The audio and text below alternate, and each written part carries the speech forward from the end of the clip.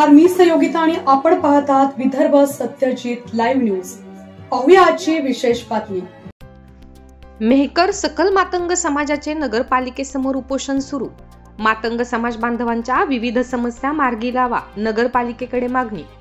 नमस्कार, आपण पाहत आहात विदर्भ सत्यजित लाईव्ह न्यूज। आमचे मुख्य संपादक उद्धव फंगाळ यांनी दिलेल्या माहितीनुसार मेहकर शहरांमध्ये जवळपास 2000 कुटुंब मातंग समाज बांधवांचे आहेत।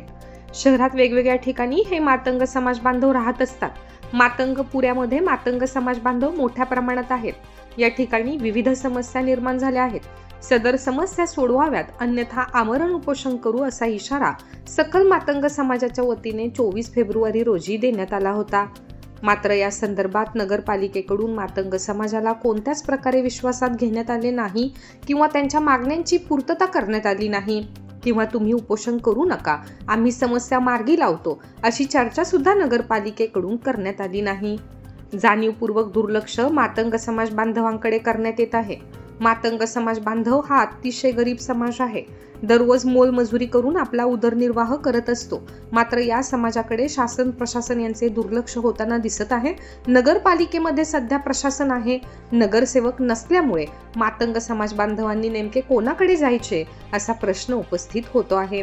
त्यामुळे 24 फेब्रुवारी रोजी मेहकर नगरपालिकेकडे निवेदन देऊन मातंग समाज बांधवांच्या समस्या सोडविण्यासाठी आम्हाला आमरण उपोषण करावे लागेल असा इशारा सुद्धा देण्यात आला होता। मात्र या निवेदनाकडे नगरपालिकेने पूर्णपणे दुर्लक्ष केल्यामुळे 3 मार्च पासून नगरपालिकेसमोर आमरण उपोषण सुरू करण्यात आले आहे।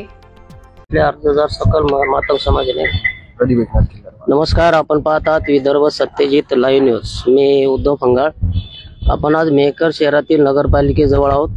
या ठिकाणी मातंग समाजातील काही जे वेगवेगळ्या समस्या आहेत त्यांच्या वार्डातील, त्या समस्यासाठी ते या ठिकाणी उपोषणाला बसलेले आहेत। 3 मार्च पासून उपोषण सुरू केलं त्यांनी आणि 27 फेब्रुवारी रोजी नगरपालिकेला निवेदन दिलं होतं त्यांनी की बा मागण्या सोडवा, अन्यथा आम्ही उपोषण सुरू करू। बाकीची माहिती आपण त्यांच्याकडूनच घेऊया। नमस्कार, काय नाव तुमचं?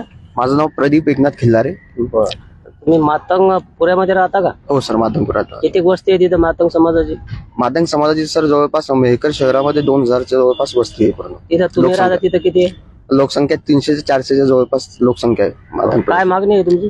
आमची प्रथम मागणी सर, स्थानिक इमामबाडावरती मांगीर बाबाचं एक देवस्थान आहे आमचं। तिथं नगर परिषदेच्या दुर्व्यवहारामुळे तिथं आमची विटंबना होती समाजाच्या मांगीर बाबाची, ते दूर होऊन तिथं चौथरा बांधून देण्यात यावा। दुसरी मागणी आमची, मातंग समाजाच्या लागूनच एक कत्तलखाना आहे, तो कत्तलखान्याच्या दुर्गंधीमुळे मातंग समाजाच्या बऱ्याच लोकांना श्वसनाचे आजार झालेले आहेत। नवीन मुलांचे लग्न होत नाहीये, तो कत्तलखाना बंद होण्यात यावा। त्याच्या बाद मशान भूमी आहे मातंग समाजाची, त्याच्यामध्ये अतिक्रमण केलेले आहे, त्याच्यामध्ये हागणदारी मुक्त करण्यात यावी। स्थानिक लोक तिथं हागणदारी म्हणून वापर करतात। स्थानिक लोकांचे शेती उपयोगी अवजारे तिथे ठेवलेले आहेत लोकांनी, ते तिथून करण्यात यावं। मशानभूमी अतिक्रमण मुक्त करण्यात यावी। मंदिर कुठे आहे? सर रिपीट घ्या थोडस।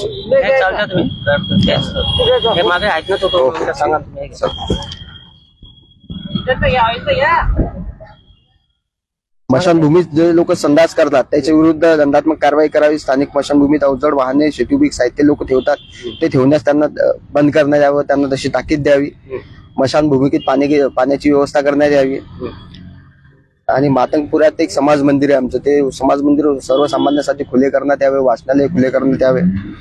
आणि मातंग समाजाची वस्ती ज्या ठिकाणी आहे तिथं पथदिवे आणि पाण्याची व्यवस्था करण्यात यावी। या आमच्या 11 मागण्या आहेत सर। शहरामध्ये मातंग समाजाची जवळपास 2000 लोकसंख्या आहे। हो सर।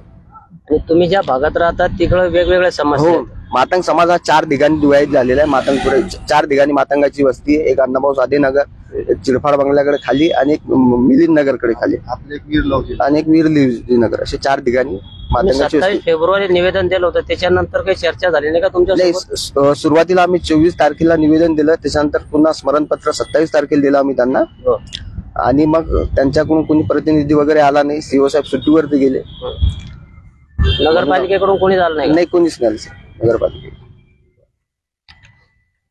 काय नाव आहे तुमचं? गणेश गोपने। उपोषणाला बसले आता समाजाच्या मागण्यासाठी काय सांगता तुम्ही? समाज आमचं फक्त एवढंच म्हणणं आहे की हे आमच्या उपोषण जास्त दिवस चालू देऊ नये साहेब लोकांनी, नाहीतर आम्ही अन्यथा आम्हाला याच्यावर काहीतरी करावं लागेल.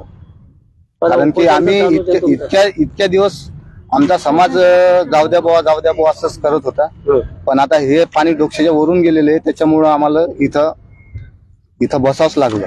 कारण की आमच्या अनेकच्या समस्या अशा आहेत की काही लोक आम्हाला दूर करू शकत नाहीत त्या समस्या, पण आम्ही तरी पण चला बुवा जाऊ दे असंच केलं आम्ही आतापर्यंत. कारण की आता हे डोक्याच्या वरून पाणी गेलं, कारण की आता आम्हाला याच्याशिवाय पर्याय नाही.